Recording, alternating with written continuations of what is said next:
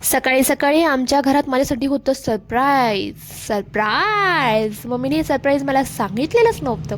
हा फार आनंदाचा झटका मला इथं बसलेला होता की आज आपल्या घरात पापड आहे. मला माहीतच नाही आपल्याला पापड करायचे.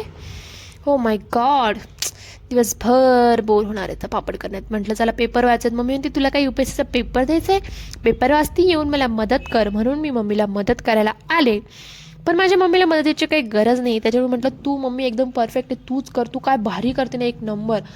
आणि तसंच माझ्या मम्मीने केलेले आहेत आणि एक नंबर तिने मिश्रण तयार केलेलं होतं. एकदम छान, एकदम टेस्टी होतं. आणि त्यानंतर ते पापड आम्हाला वरती गच्चीवर करायचे होते. त्यामुळे मी प्लेट्स वगैरे घेऊन रेडी होते आणि म्हटलं थोडं आपल्या ब्युटी फेसची पण काळजी घ्यावी आपण. म्हणून मी घातली होती टोपी आणि चष्मा, कारण की आपल्या शरीराची काळजी आपल्याला घ्यायची आणि हे आमचं छानसं तोंड खराब पण नाही झालं पाहिजे ना. हे बघा इथं मग मस्त साडीशी मी आतरून घेतली, जी की माझ्या मम्मीला पटली नाही. तिनं लगेच डेस्टिनेशन चेंज केलं, म्हणे इथं नाही, इथं करायचं आपल्याला. ओके, कोई बात नाही. मी परत टेस्ट करून बघितलं, काही मीठ वगैरे कमी का, तर काही कमी नव्हतं. आणि सुरू केले आम्ही हे पापड. हे मी फर्स्ट टाईम करत होते आणि खरंच खूप भारी येत होते, जमत होते छानपैकी.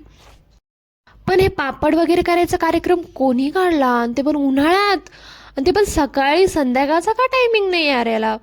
सकाळी सकाळी फार बोर होतं लवकर उठून हे कामं करायचे. तरी आम्हाला उशीरच झालेला होता, पण तरी आम्ही पटकन केले कारण की ते जास्त काही नव्हते. मम्मी म्हटली तू पटापटा हात चालव, मी तुला हेल्प करते. तर मम्मी मला गोळे करून देत होती आणि ते पापड मी तयार करत होते. मी एकदम सरगुण संपन्न नाही आहे, पण ही कामं मला येतात आणि इतकेसे आम्ही पापड केलेले होते. आणि त्यानंतर बघा आमची मम्मी कशी खात होती.